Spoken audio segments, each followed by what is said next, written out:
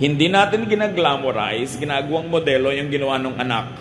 Pero, ba't kaya ikinwento ni Jesus ang kwentong ito? Surely, these stories, these characters, symbolize deeper meanings in life.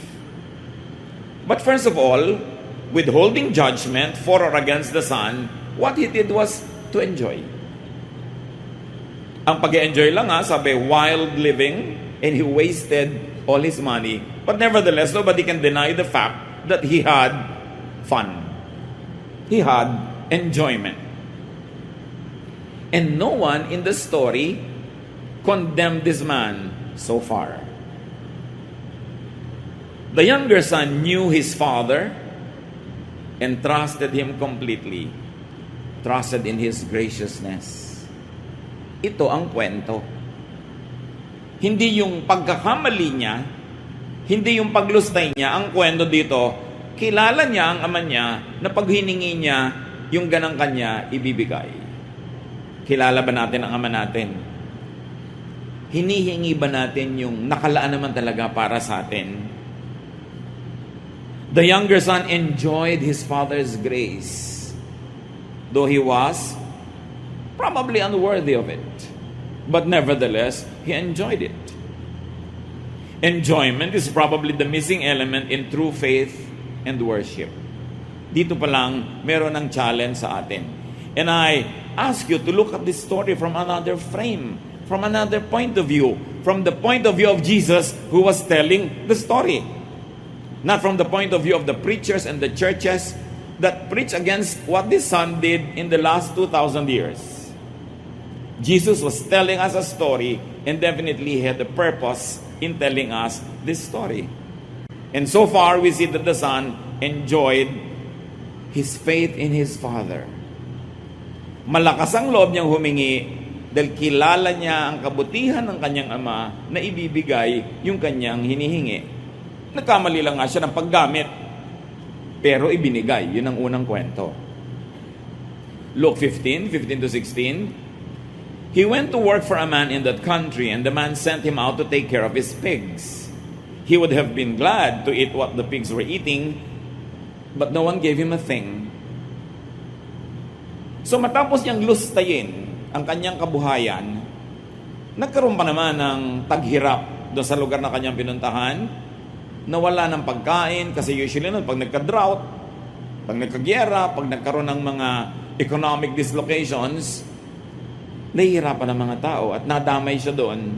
Sana yung pera mo can be a shield against such crisis, such calamities. But he no longer had that shield. He was broke. Natulad na lang siya sa mga karaniwan. Pero ang kwento ay ito. Mula sa bahay ng kanyang ama, ngayon ay nakisilong siya sa ibang bahay ng isang ngayon ay maituturing nating naging bagong ama niya sa kanyang kalagayan, yung kanyang employer, yung kanyang pinasukan. Now he was under the shadow of this house, this household, and this man's authority. At kitang-kita natin agad ang pagkakaiba ng dalawang tatay na ito. Yung tatay na nagbigay sa kanya ng hiningi niya, at itong tatay na to na nagtatrabaho na siya, hindi pa siya sinusweldohan ng tama. Ginugutom pa rin siya. Agad-agad merong ibig sabihin sa buhay natin. Minsan umaalis tayo sa grasya ng Diyos at lumilipat tayo sa kung sino mang papa o mama o kung sino mang taong sinamahan natin, hindi naman tayo inaalagaan. Hindi naman tayo minamahal. So lumungkot siya. Nagutom siya. Napapagod na nga siya, hindi pa siya nagkakaroon ng sukle, ng tamang sweldo. Di ba maraming ganyan? Umiibig sa hindi naman umiibig sa kanila. Naghahabol sa ayaw naman silang pansinin. Pinagsisiksikan ng mga sarili nila sa hindi naman nag-aalaga sa kanila. Nagiging unhappy. At kadalasan para mangyari pa yun, ang nilalayasan natin yung ama natin sa langit na mapagmahal at maibigin. Immediately, there are many lessons here on happiness. There is another father here, the unkind employer, the unkind father. You don't want this father. Immediately, the story is leaping out of the pages, telling you, you don't want this kind of arrangement. So a lesson on happiness here, at least work to earn. Matapos siya maglustay, Naging responsible naman siya. Naghanap siya ng trabaho. Hindi lang nga siya mapasweldohan ng tama. Work to earn your keep. You want to be happy in life? Pag wala kang pera, magtrabaho ka. Humanap ka ng hanap buhay. Lalo kung hindi ka na pwedeng umasa doon sa dating mapagbigay sa'yo dahil lumayo ka na o naubos mo na yung binigay niya sa'yo, huwag kang maghanap ng bagong magbibigay na naman. Work. Deserve your wages. And there's another lesson in happiness, brothers and sisters. It takes a certain amount of money to enjoy and to be happy. No matter how religious you are, kailangan may pera ka. Huwag mong linlangin ang sarili mo na mapapasaya ka ng iyong pagiging religyoso. You need a certain amount of money. Yung mga iba, I live by faith, I live by faith. Tapos panay naman paghihingi kung kani-kanino. Anong faith yon? So dapat ang tao naghahanap buhay and adjust to your economic status. Sometimes there are reversals in our lives. Dati kang mayaman, medyo naghirap ka. Dati kang maunlad, medyo nasira yung negosyo. Adjust. You want to be happy? Adjust. Nothing is permanent. Not wealth, not even poverty. Not sickness, not health. Talagang gumugulong ang buhay. So kung nag-enjoy ka, enjoy it. Pag dumating na hindi enjoyable moment, bear with it. Adjust to be happy. Huwag ka dapat laging nagsasentimiento about past glory, about past wealth and past fame. Tapos na yon. Itong taong to nag-adjust ng trabaho. Yung pinaka-nakaririmarin pa ng trabaho dahil nag-aalaga siya ng mga baboy, Jew siya. So sa kanila, kadiri-diri yon. But he wanted to earn his money and he wanted to have food in his stomach. Pero yung paman, kulang ang ibinabayad sa kanya. Ang storya dito, na laging pinaggigigilan ng iba ay yung pagkakamali niya. I'll rather that the story is a comparison between two fathers. Two authorities. Two sources of blessings. Luke 15:17 to 19. Finally, he came to his senses and said, "My father's workers have plenty to eat, and here I am, starving to death. I will go to my father and say to him, Father, I have sinned against God in heaven and against you. Then I am no longer good enough to be called your son. Treat me like one of your workers." Itong taong to, kahit anong iba to sa kanya ng buhay, ang magiging ending, sasaya to. Kahit ang simula niya, ganun. Kala mo, ang sama-sama niya, hiningi niya yung kanyang mana, pagkatapos, nagpasasa siya, naghirap siya, pero nagtrabaho naman nung nawala ng pera. At ngayon na-realize ang kanyang pagkakamali. Hindi na siya nangatwiran. Willing siyang tanggapin ang pagkakamali at willing siyang ituwid yun. Sabi niya, uuwi nga ako sa tatay ko, mas mabuti pa doon. Kahit itrato ako doon katulong, total katulong din lang ako dito, doon na lang. Mas masagana pa. So sabi niya, iyan ang gagawin ko. Tatanggapin ko ang pagkakamali ko at hindi na ako mag-e-expect ng dating treatment. Total nagkamali ako eh. Ito ang mabuting anak. Hindi yung hindi nagkakamali. Kasi lahat naman nagkakamali. Pero yung nagkakamali, pero umaamin. Nagpapakumbaba. At bumabalik kahit naglalayas. So identify the unkind and the ungracious employer of your life. The unkind and ungracious father that you seek shelter under his shadow. Identify unkind and ungracious shepherds that don't feed you but only use you and go away from them to be happy. You see here the lessons? Analyze your situation and improve it. Any unhappiness is caused by a reason. Dig deep, look into the reason, and correct mistakes. Bawa, meron kayong unhappiness sa mag-asawa, may dahilan yan. Hukayin ninyo, bunutin ninyo, para sumaya kayo. Meron ka unhappiness sa family, sa work, sa profession, sa romantic relationship, with yourself, laging may dahilan. Huwag mong itago sa sarili mo yung dahilan. Harapin mo siya. bunutin mo siya. At kung kailangan magdusa ka sa paggawa nun, magdusa ka, may inaantay ka namang panahon ng paggaling, panahon ng restoration. Kesa wala kang hinihintay, tas hindi mo binabago ang sitwasyon mo na di naman maganda. Seek better conditions if you want to be happy. Huwag kayong tumanggap na lamang na para kayong walang kalaban-laban at walang choice. Seek better conditions. And resign a bad-paying job. Tulad ng ginawa niya. Ang dami nagre-reklamo, hindi masaya sa trabaho, edi umalis ka, maghanap ka iba. E paano po, mahirap naman maghanap. O di sige, diyan ka na lang, huwag ka na magreklamo. Hindi naman pwedeng sabay yan. Pero ginawa niya yung dapat niyang gawin. Ang laki ng risk. Kasi hindi niya alam ang magiging reaction ng father niya. Pero at least alam niyang tatanggapin siya kahit man lang katulong. Brother and sister, get out of a bad deal. Get out of an unfair relationship. Get your share of what the Father likes to give you. God wants you happy.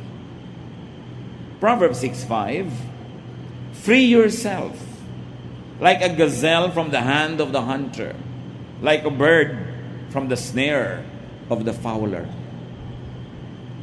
Yan, utos yan, itinuturo sa mga taong naging garantor ng utang ng iba. Sabi, pag na-realize mo na naging garantor ka pala, alam mo ba na hindi ka malaya? Kasi pag hindi siya nakabayad, ikaw ang mapapahamak. So, huwag kang magpahinga, huwag kang matulog hanggang hindi mo nababawi ang pagiging garantor mo. Free yourself like a gazelle. Alam niyo yung mga gazelle, yung mga hayop na mga sungay, na yung sungay nila kuminsan, sumasabit sa mga tinik, sa mga siit. Pag hindi nila napawalan yung sarili nila doon, pag may dumating na hunter o pag may dumating na ibang hayop, kayang-kaya silang kainin. Kaya sabi, yan ang sitwasyon mo if you are committed to something very bad. Get out of that commitment para maging malaya ka. Sasabihin ng iba, paano naman po ako lalaya sa husband ko na ng babae, hindi tumutulong sa akin, hindi ako sinusustentuhan, di ba, kasal po kami. Yes, hindi ko sinasabing tanggalin mo yung pagkakasal nyo, pero maghanap buhay ka.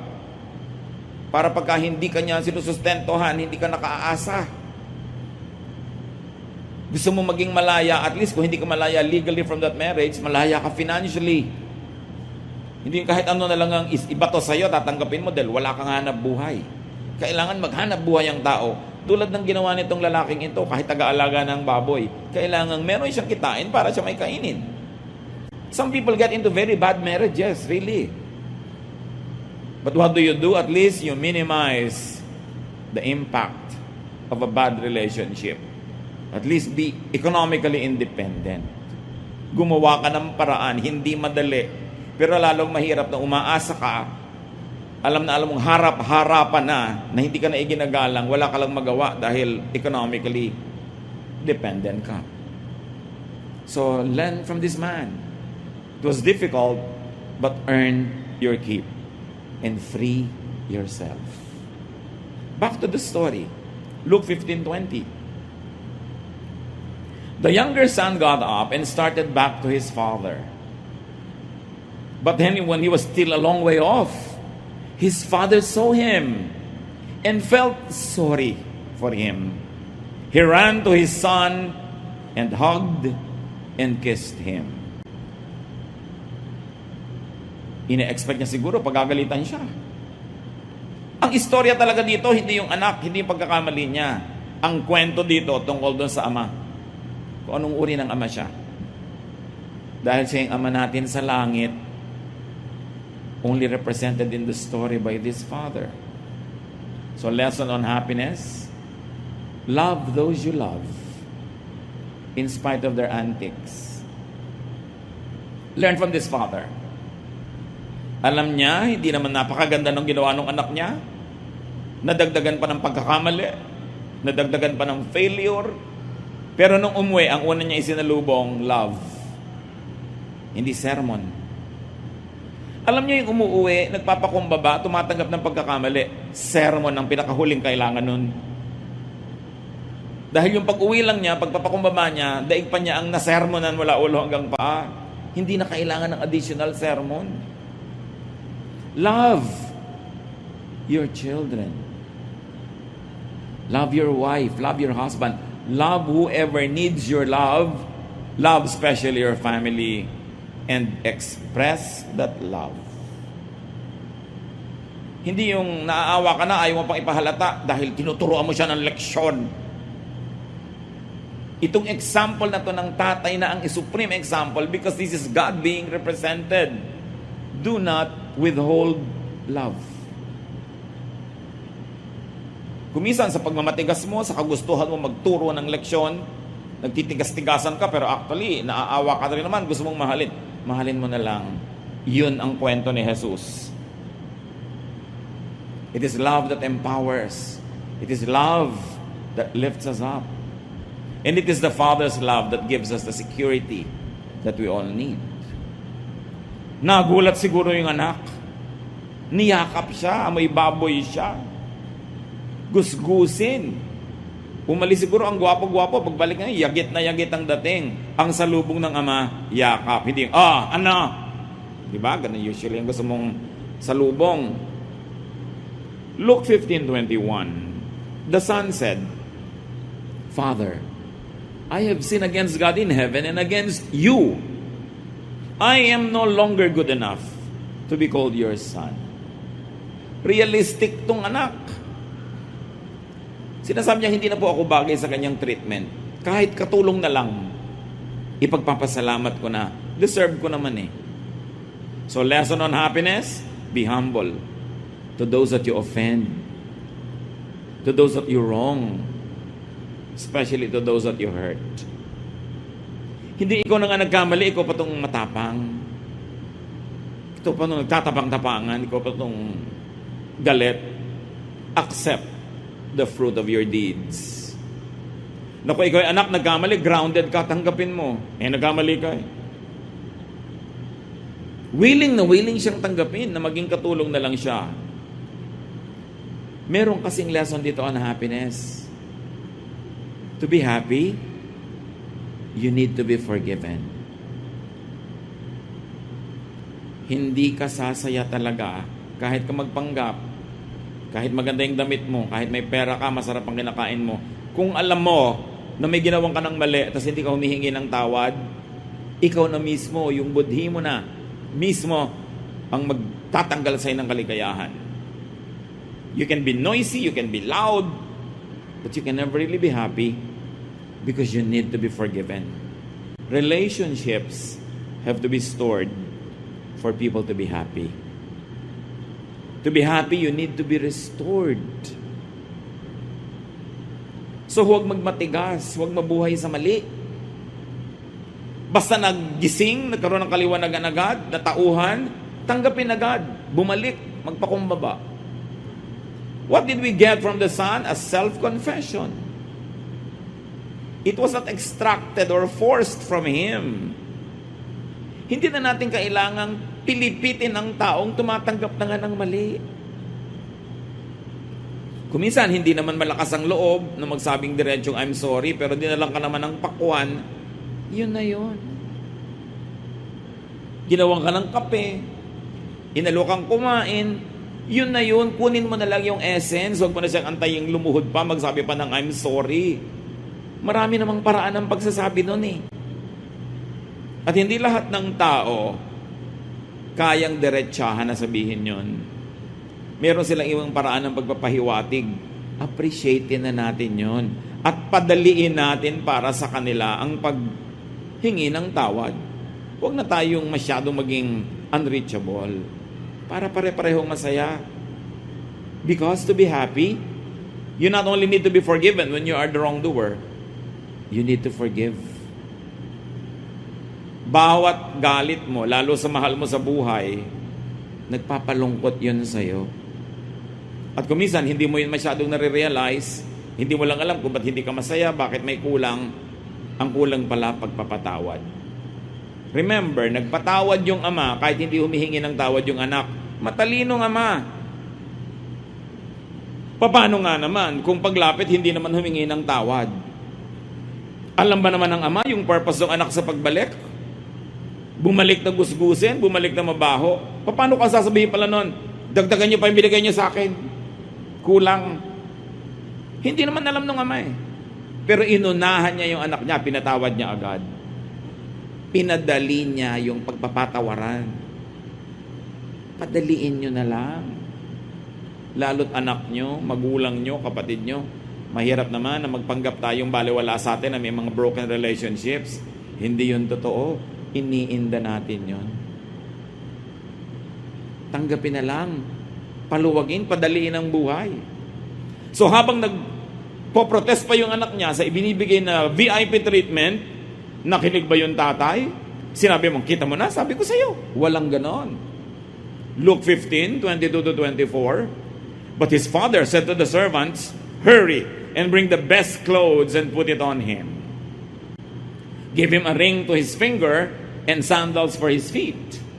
Get the best calf and prepare it so we can eat and celebrate. This son of mine was dead, but has now come back to life. He was lost and has now been found. And they began to celebrate.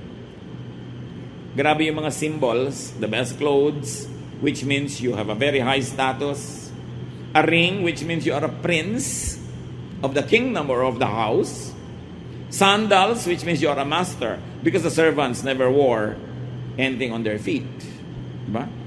At hindi lang basta kung ano-ano ipinahanda, yung best. Alam niyo yung mga may kaya nung araw, maski pa nga yung hindi masyado may kaya, basta na ipipilit nila, may inaalagaan silang special animal na kakatayin nila lang pag merong super great event.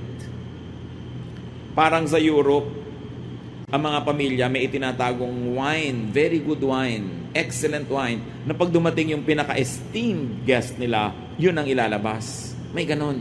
Yun ang ipinalabas ng ama. The best reception for this son. How to be happy? Love lavishly. Magpakaluho-luho-luho kayo sa pagmamahal. The best lahat ang inilabas. And the point is, hindi naman deserving yung bibigyan. Hindi ka naman nagbibigay dahil deserving siya eh. Nagbibigay ka dahil loving ka. It's you, not the other person. Kaya masaya tong tatay na to. Natuwa siya, hindi niya ikinubli. Nag-celebrate sila, extreme. So love lavishly and love people more than things. Hindi niya sabing, etong nagastos mo. O ayun, alam mo kung magkano tong ring na to, magkano tong binibigay ko na naman sa yung sandals. No. Sa tatay, lahat ng yon baliwala compared sa pagpapasaya niya sa kanyang anak at sa kanyang sarili. Kasi nahihirapan din naman yung loob niya na magkalayo sila. Mas masayang magmahal kaysa laging mag-moralize.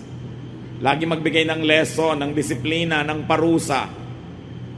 Yung mga bahay na sobra ang discipline, panglabas lang yung ganda nun, pero hindi yun masaya. Aminin.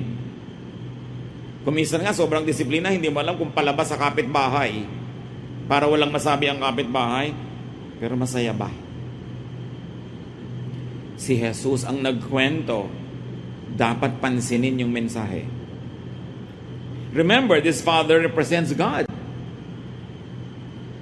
This father represents the God many believers do not know or appreciate up to now.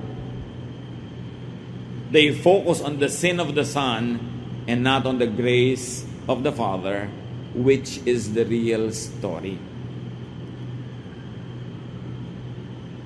Tingnan natin ngayon kung bakit gano'n ang pananaw ng iba sa Diyos.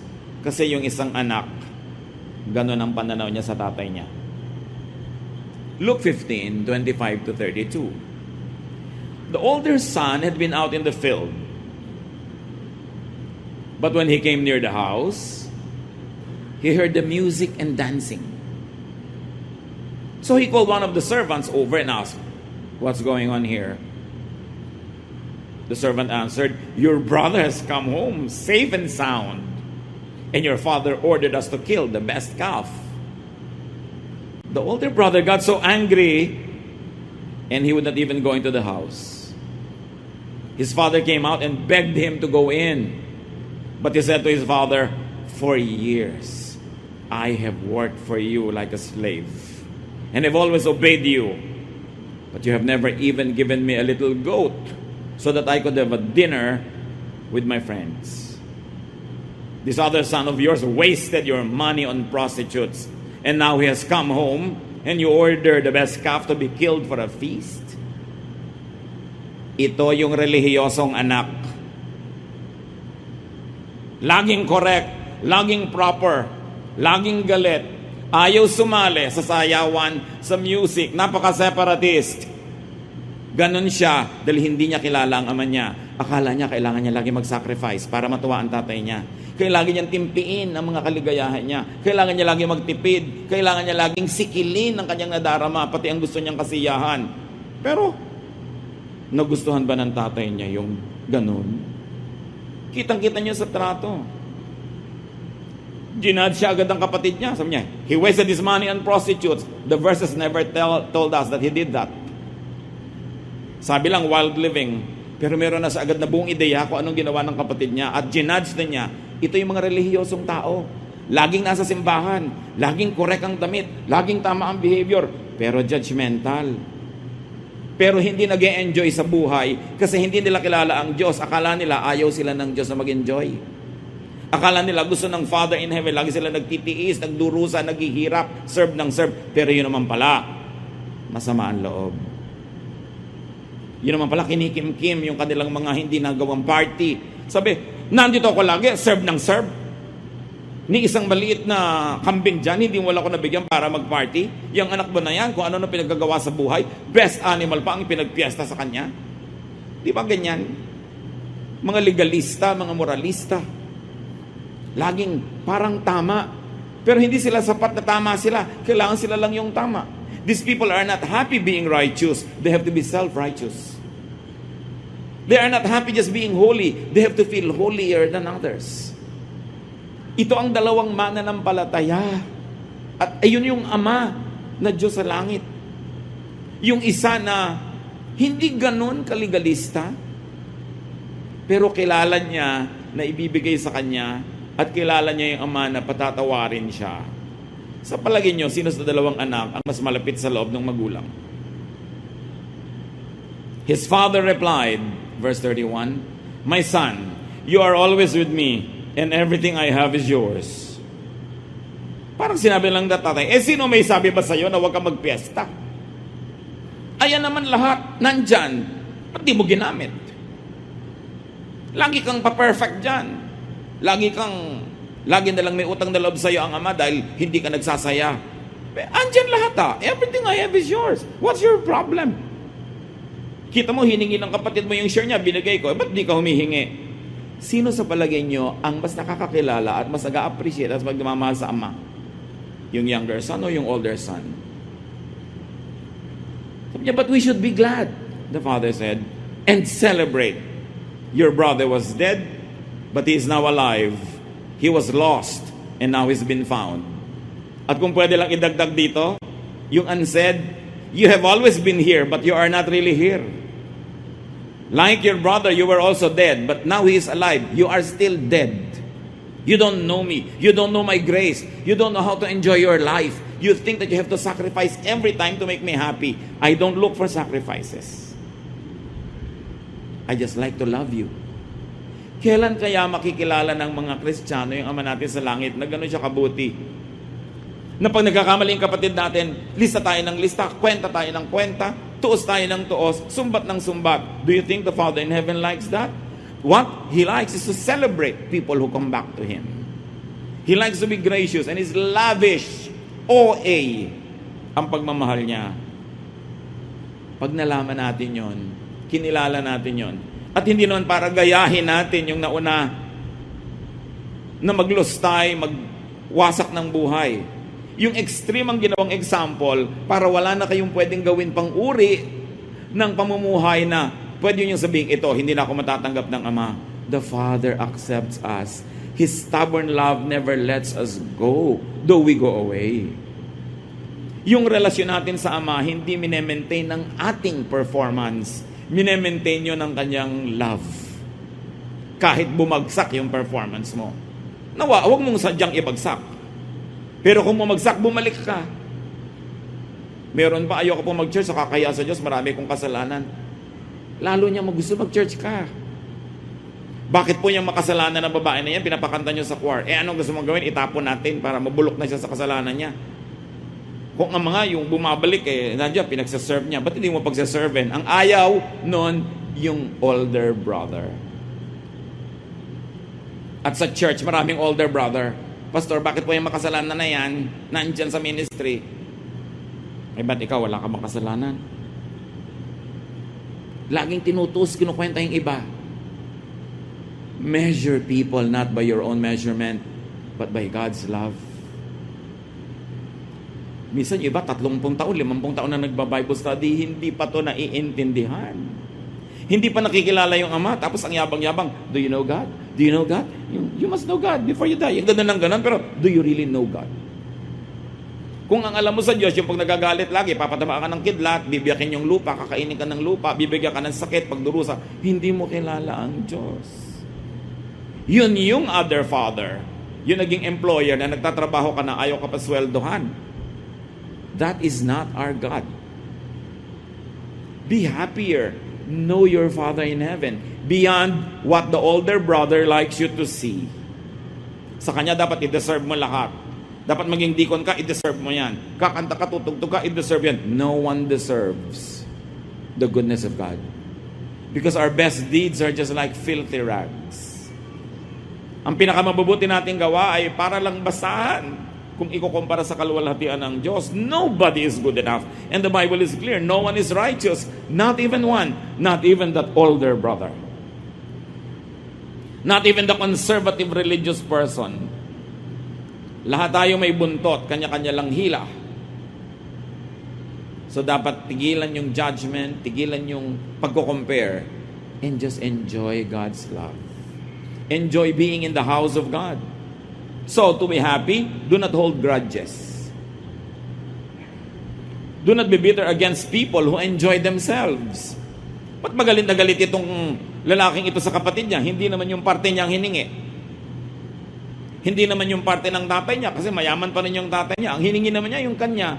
So, ba't nagagalit itong kapatid? Inggit. Marami rin mga religious people inggit sa mga tao who have fun. Kaya ginadjudge nila. Tuwang-tuwa sila, you will boil in hell. Yung mga ganyan. Parang ang saya-saya nila dahil pupunta sa impyerno yung iba. May mga ganon. Pag nagkasakit, kita mo na, parusay ng Diyos. Parang tuwang-tuwa. Hindi kilala ang Ama sa langit.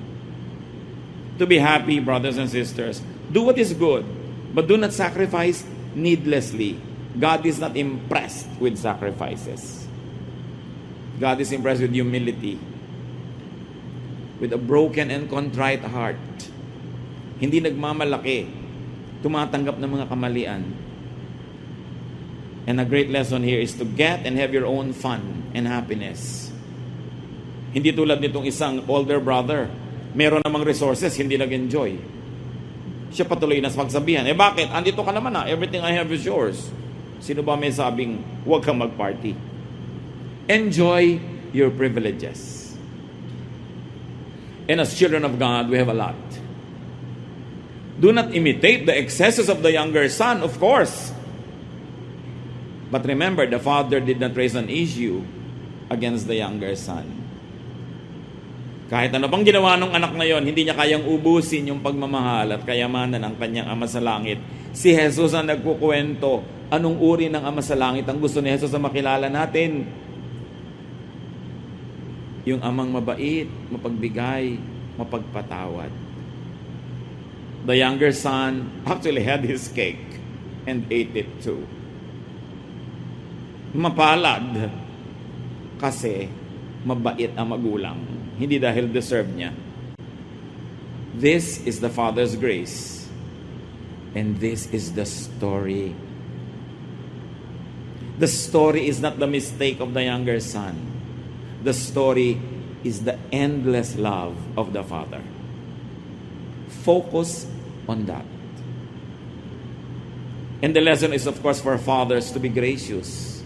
Mga ama ng tahanan, be gracious with your love and express it. Hindi ko mo tatay, parang nabawasan yung pagkamacho mo, pagkalalaki mo kung mabait ka. Ito yung supreme example. The lesson is for fathers to be gracious, not for younger sons to be abusive. Don't get that wrong. What he did was wrong, but that's not the story.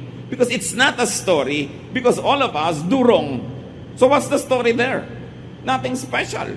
Everyone is a sinner. Everyone has mistakes. But the story is that the Father never lets go.